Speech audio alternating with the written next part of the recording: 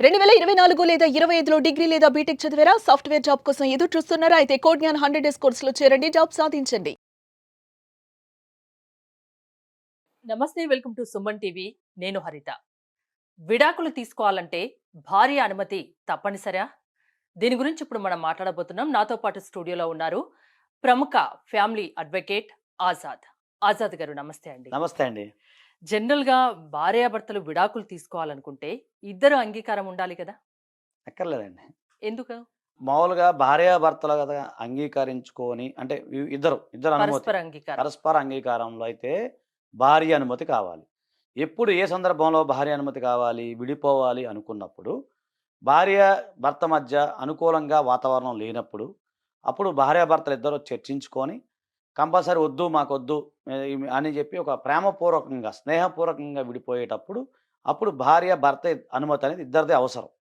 దాన్ని ఏంటంటే మనం పరస్పర అంగీకార డైవర్స్ అంటాం, లేదా మ్యూచువల్ డైవర్స్ అంటాం మామూలుగా అయితే. అన్ని సందర్భాల్లో భార్య అనుమతి తీసుకోవాల్సిన అవసరం లేదు. అంటే భార్యకి ఇష్టం లేకున్నా విడాకులు ఇవ్వడం, ఇష్టం లేకున్నా విడాకులు ఇవ్వొచ్చా? ఖచ్చితంగా అండి. హ్మ్. విడాకులు అనేది చాలామంది ఇదే అనుకుంటారు. అది కోర్టు చెప్తది.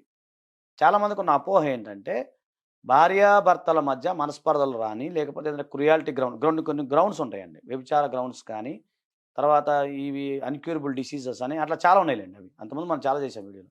ఇప్పుడు అలా ఉన్నప్పుడు ఏంటంటే, భార్య ఎవరైతే ఉన్నారో ఆమె గనక భర్తని హింసిస్తా ఉంది.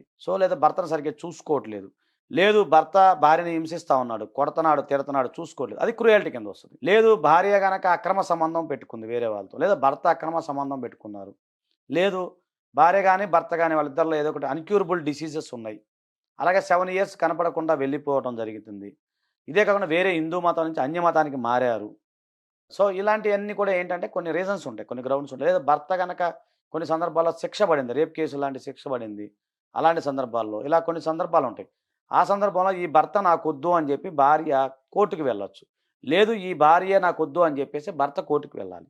ఇతను గనక సరైన సాక్ష్యాధారాలు భర్త గాని, భార్య గాని చూయించినప్పుడు ఆటోమేటిక్‌గా కోర్టు వారు వీళ్ళిద్దరి యొక్క వివాహాన్ని రద్దుపరుస్తున్నాము అని చెప్పడాన్నే మనం డైవర్స్ అంటాం. ఇప్పుడు ఉదాహరణకి ఒక భార్య భర్తను హింసిస్తా ఉంది. అంటే నేను మళ్ళీ ఎవరో ఏమనుకోమాకండి. ఎగ్జాంపుల్ చెప్తున్నాను మీకు. హ్మ్. లేదా భార్య భర్తో, భర్త భార్య ఎవరో ఒకళ్ళు ఎనీ స్పోజ్ అనుకుందాం. ఓకే. హింసిస్తున్నప్పుడు భర్తే కోర్టుకి వెళ్ళాడు. ఈమె నా భార్య నన్ను సరిగ్గా పట్టించుకోవట్లేదు. కొన్ని రీజన్స్ ఉంటాయండి. అది ఉదాహరణకి భర్తని భార్య పట్టించుకోపోవడానికి కొన్ని సందర్భాల్లో ఏంటంటే, అతను సరిగ్గా తిండి పెట్టకపోవటం. అంటే సుప్రీం కోర్ట్ ఇచ్చిన మెయిన్ జడ్జిమెంట్స్ మీకు చెప్తున్నాను. అలాగే భార్య సింధూరం ధరించకపోవటం. అలాగే తల్లిదండ్రులను వదిలిపెట్టి వేరు కాపురం పెట్టమని అడగటం. అలాగే సింధూరం ధరించకుండా విడాకులు ఇవ్వొచ్చా? విడాకులు రీజన్స్ అండి. రీజన్స్ అవి. అంటే అదొక రీజన్ ఉందా? One of the reason. ఆ! తాళిబొట్టు ధరించకపోయినా కూడా భర్త విడాకులకు అప్లై అప్లై చేయొచ్చా? చేయొచ్చు. ఎందుకలా? అంటే సుప్రీం కోర్ట్ ఇచ్చిన జడ్జిమెంట్స్ అవన్నీ. ఆ! అంటే వన్ ఆఫ్ ద రీజన్ అది అంటే క్రుయాలిటీ ఈ రోజుల్లో ఇప్పటి అమ్మాయిలు చాలా తక్కువగా తాళిబొట్టు ధరించడం, బట్టలు ధరించడం ఇలాంటివి చాలా తక్కువగా చేస్తున్నారు. ఈ రీజన్ చూయించి కూడా విడాకులు అంటే ఇవ్వొచ్చంటారా? అదేనండి. క్రుయాలిటీ గ్రౌండ్‌లో అదొక జడ్జిమెంట్ అన్నమాట. హ్మ్. చట్టం చేసినప్పుడు క్రూయాలిటీ ఉంది. క్రూరత్వం ఉంది. అందులో హ్మ్. ఏం చెప్పారు చట్టం గురించి మాట్లాడినప్పుడు? క్రూరత్వం అంటే అది మానసిక హింస, శారీరక హింస 2 కూడా క్రూరత్వం కింద వస్తాయి. అంటే ఒక వ్యక్తిని కొట్టి తిట్టడం అనేది మన శారీరకంగా వస్తది. మానసికంగా హింసించడం అంటే బాధ పెట్టడం, బూతులు మాట్లాడటం ఇవన్నీ ఉంటాయి కదా! అది 2 రకాల హింస కూడా క్రుయాలిటీ కింద వస్తది. ఆ క్రుయాలిటీలోనే కొన్ని జడ్జిమెంట్స్ ఏవైతే ఉన్నాయో, ఆ జడ్జిమెంట్స్‌లో భాగంగా ఏంటంటే రీసెంట్‌గా వచ్చిన జడ్జిమెంట్స్‌లో ఒకటి అతి ముఖ్యమైనది ఏంటంటే భార్య తాళిబొట్టు ధరించకపోయినా అతను కోర్ట్‌కెళ్ళాడు. హ్మ్. కోర్ట్‌కెళ్ళినప్పుడు ఓకే. ఇది కూడా క్రుయాలిటీ కింద వస్తుంది. అలాగే 10 మందిలో చులకన చేసి మాట్లాడటం. ఒక భర్తని భార్య చులకన చేసి మాట్లాడటం. అలాంటోడు, ఇలాంటోడు అని చెప్పి. లేదా అతనికి కాంప్లెక్షన్ రంగును గురించి మాట్లాడటం. లేదా అతనికి బట్టబొర ఉందనుకోండి మామూలుగా. ఇతను ఓయ్ మా బట్టబొరోడిని పిలవటం. లేదా మా ఆయన బట్టబొరోడు అని చెప్పి వెకిలిగా చెప్పటం. హ్మ్. అలాగే కొన్ని సందర్భాల్లో సింధూరం ధరించకపోవటం. అలాగే కొన్ని మన మన యొక్క హిందూ సాంప్రదాయాలను పాటించకపోవటం. అంటే ఇవన్నీ కొన్ని పాయింట్స్. మేము డ్రాఫ్టింగ్ చేసినప్పుడు ఇవన్నీ పాయింట్స్ వస్తాయి కొన్ని. అతను హ్మ్. చెప్తున్నప్పుడు ఇది లేదండి మా ఏరియాలో ఉన్నప్పుడు. ఇంకోటి సెక్స్‌కి దూరంగా ఉండటం. పడక గది సుఖాన్ని అందించకపోవటం. తల్లిదండ్రులని వేరుగా ఉండి మనిద్దరమే ఉండాలి. మిమ్మల్ని మీ నాన్న వదిలిపెట్టేసి రావటం. వచ్చేసేయి మీ నాన్నగారు ఎక్కడ ఉన్నాయి మనిద్దరం ఉందామని అంటే అట్లా విడిగా వేధించడం. ఉండాలనుకోవడం ఆ! ఆ! అది అనుకుంటే అది కూడా వన్ ఆఫ్ ద రీజన్ అది. ఓకే. వన్ హ్మ్. ఆఫ్ ద రీజన్ కింద క్రుయాలిటీ కింద వస్తది. ఇప్పుడు మీరన్నట్టు ఈ రోజుల్లో మహిళలు మోడర్న్‌గా ఉన్నారు కాదంటలేదు. అది భర్తకి నచ్చాలి కదా! ఇప్పుడు ఓకే. ఉదాహరణకి భర్త అంగీకారం ఉంటే పర్లేదంటారు. ఇప్పుడు అంతే కదండీ. ఇక్కడ నేననేది కొన్ని సందర్భాల్లో అలాంటి రీజన్స్ కూడా మనకు ఉపయోగపడతాయి కోర్ట్‌లో. ఇదే కాకుండా చాలామంది ఒక ఇంట్లోనే ఉంటారు వాళ్ళు. కాకపోతే ఎవరి గది వాళ్ళదే. హ్మ్. ఇప్పుడు ఉదాహరణకి మనం చూస్తుంటాం చాలామంది ఈ గదిలో, ఆ గదిలో ఉంటారు. అంటే ఎన్ని కారణాలు చెప్పి విడాకులు తీసుకోవచ్చు అనేది మీరు చెప్తున్నారా? అలా కాదు, జడ్జిమెంట్స్ చెప్తున్నా నేను. అంటే నా ఓకే. వ్యక్తిగత అంటే అభిప్రాయం. మామూలుగా లా ఏం చెప్తుంది అనేది అంటే చెప్తున్నారు. మాకున్న జడ్జిమెంట్స్ లో మాకు కొన్ని, అంటే మాకు ప్రతిసారి కూడా మేము ఆల్ ఇండియా రిపోర్ట్స్ వస్తుంటాయి కదా, జడ్జిమెంట్స్ వస్తుంటాయి. దాంట్లో ఇవన్నీ బలమైనవి మీరు పేపర్లో కూడా వస్తున్నాయి ఈ మధ్య. ఉమ్. నేను చెప్పడం కాదు, పేపర్లో కూడా వచ్చినాయి చాలా చోట్ల. కామన్ మ్యాన్ కూడా ఇవన్నీ అర్థం అవుతున్నాయి. సో ఇదే ఈ యొక్క రీజన్స్ మనం కోర్టు వారికి కొన్ని తెలియజేస్తాం. ప్రత్యేక కారణాల్లో భార్య అనుమతి లేకుండా భర్త విడాకులు కోరొచ్చు, భర్త అనుమతి లేకుండా భార్య విడాకులు ఎస్, కోరొచ్చు. సైమంటేస్ అంతేనా? అండి, ఇద్దరు ఉమ్. ఇద్దరు కూడా వైసా వర్సా ఉంటుంది. ఈ మధ్య కాలంలో విడాకులు తీసుకోవడం చాలా ఈజీగా వచ్చేస్తున్నాయి, విడాకులు తీసుకోవడం కూడా ఈజీ అయిపోయిందని విన్నాను. నిజమేనా? ఇన్స్టెంట్ లాంటిది ఏమన్నా వచ్చిందా?